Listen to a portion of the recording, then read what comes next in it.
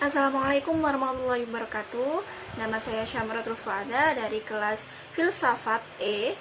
Dan di sini saya akan menjelaskan tentang aliran antropologi dan tokoh Plato. Yang pertama adalah aliran antropologi. Pada hakikatnya, antropologi terbagi menjadi dua, yaitu antropologi sains dan antropologi filsafat. Antropologi filsafat sejatinya membicarakan hakikat manusia itu dari segi filsafat. Misalnya, apa itu manusia, apa dan dari mana asalnya, apa tujuannya. Antropologi berasal dari kata anthropos yang artinya manusia atau orang, dan logos yang berarti wacana, bernalar, atau berakal. Secara etimologis, antropologi adalah ilmu yang mempelajari manusia. Antropologi filsafat membahas tentang seluk-beluk yang terjadi pada kehidupan manusia. Dapat dilihat dari perkembangan pada masa saat ini yang merupakan salah satu dari fenomena-fenomena yang terjadi di tengah-tengah masyarakat. Contoh dalam kehidupan sehari-hari yaitu di Indonesia memiliki ribuan pulau yang tersebar di seluruh Indonesia dengan berbagai suku, ras, bahasa, agama, dan adat istiadat. Dengan perbedaan tersebut, setiap manusia di berbagai daerah memiliki cara berbicara yang berbeda pula. Seperti contoh kata aku atau saya dalam bahasa Indonesia, jika dalam bahasa Jawa memiliki kulo, jika dalam bahasa Lampung menjadi awak.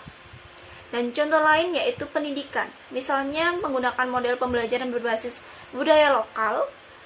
Dalam model ini, materi disampaikan dengan potensi lokal masing-masing, sehingga siswa dapat mengenali potensi budaya mereka masing-masing, cinta tanah air, serta mempromosikan budaya mereka ke daerah lain. Dan yang kedua adalah tokoh Plato.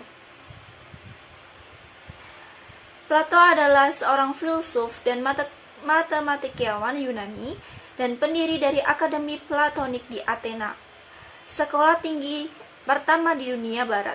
Ia adalah murid Sokrates. Pemikiran Plato pun banyak dipengaruhi oleh Sokrates. Plato adalah guru dari Aristoteles. Karyanya yang paling terkenal ialah Republik, yang di dalamnya berisi uraian garis besar pandangan pada keadaan ideal. Dia juga menulis hukum dan banyak dialog di mana Sokrates adalah peserta utama. Pada ajaran Plato tentang etika kurang lebih mengatakan bahwa manusia dalam hidupnya mempunyai tujuan hidup yang baik. Dan hidup yang baik ini dapat dicapai dalam polis. Ia tetap memihak pada cita-cita Yunani kuno, yaitu hidup sebagai manusia serentak, juga berarti hidup dalam polis.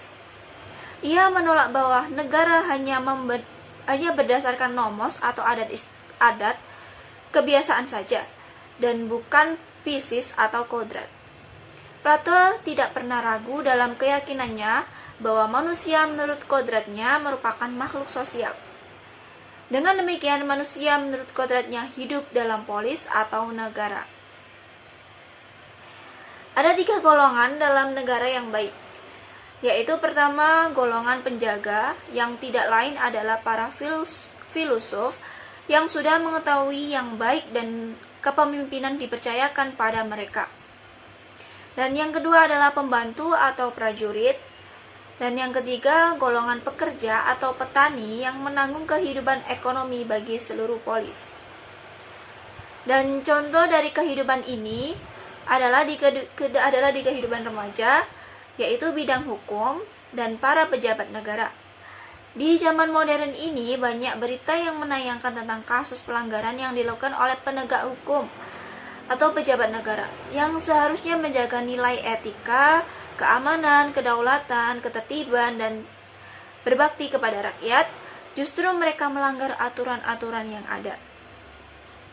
Bahkan pelanggaran yang mereka lakukan terbilang sangat berat, misalnya korupsi, suap, narkoba, dan lain-lain. Semua itu dikarenakan semakin memudarnya nilai-nilai budaya lokal, sifat hedonisme dan konsumerisme yang tujuannya mengarah pada pemuasan nafsu semata, sehingga melahirkan gaya hidup individualisme, yaitu mengutamakan kepentingannya sendiri. Sekian dari saya. Terima kasih. Wassalamualaikum warahmatullahi wabarakatuh.